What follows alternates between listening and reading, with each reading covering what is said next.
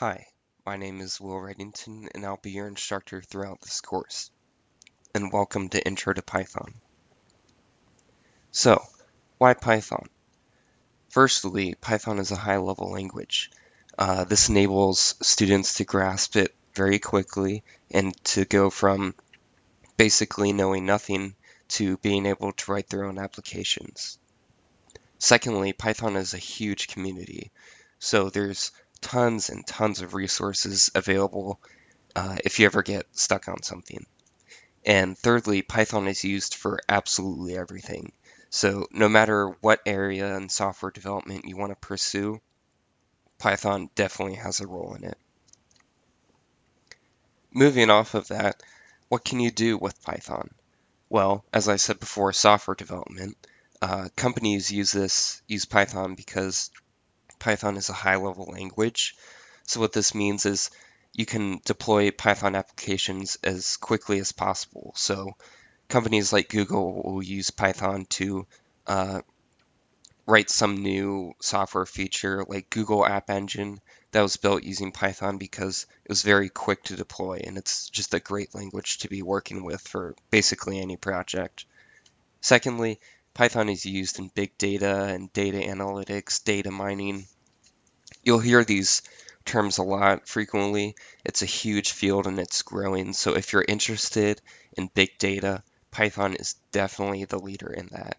Um, Thirdly, web development. Um, while not as popular as some other frameworks like Ruby on Rails, Python definitely has its fair share of mind share in terms of web development.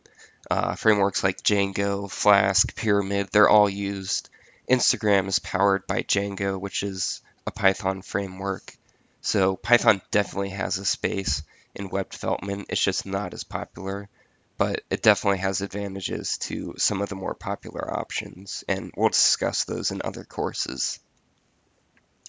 If this is your first time with Level Up, I just want to go over really quickly some of the key aspects that make us different. So firstly, we use real problems as opposed to, just academic examples by, some other course. All our courses are curated by developers and maintained and developed by developers. So all of these problems we're going to be throwing at you are real world problems. They didn't originate in a textbook. They originated by someone giving us something to do, and this is how we did it. And secondly, we use real world projects. So every course has a project, and all of these projects are going to be based off of real world professional problems that we're going to solve together. And thirdly, all our courses and our site in general is competitive. So students are constantly competing for top places. You can earn prizes. It just fosters more motivation and it keeps people on track in ways that most online learning systems wouldn't. And finally, we're completely open source. So at a certain point, you yourselves are going to be able to contribute to this course or to other courses. And in the meantime, it's being constantly maintained by professional developers, curating and adding and suggesting more courses. So this is a truly open source community, and at some point down the road, uh, students themselves will be able to contribute to those courses. So what we'll cover is firstly the setup. Not always the most fun part, of course, but definitely critical. Of course, all of that will be oriented professionally, so all the tools we'll be using are stuff used by developers on a daily basis. Next, we'll cover variables and types and how that all fits together. Next, we'll cover functions. We'll cover both aspects, both procedural and functional, and we'll learn about those as well.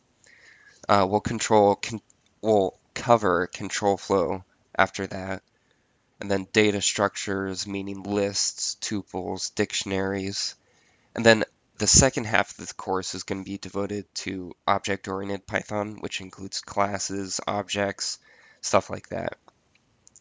And then moving off of that, we're going to be covering modules. These are modules that Python developers use on a daily basis. So while it's nice to just have a general overview, this course is going to cover that, of course, but we're also going to give you a nice big overview of everything that you're going to need from day one as a Python developer. And then finally, we're going to be finishing the project. Initially, you'll get a brief glimpse of the project, but it won't be until probably at the end of the course that you'll be able to complete the project and you'll have all the tools you need to do that.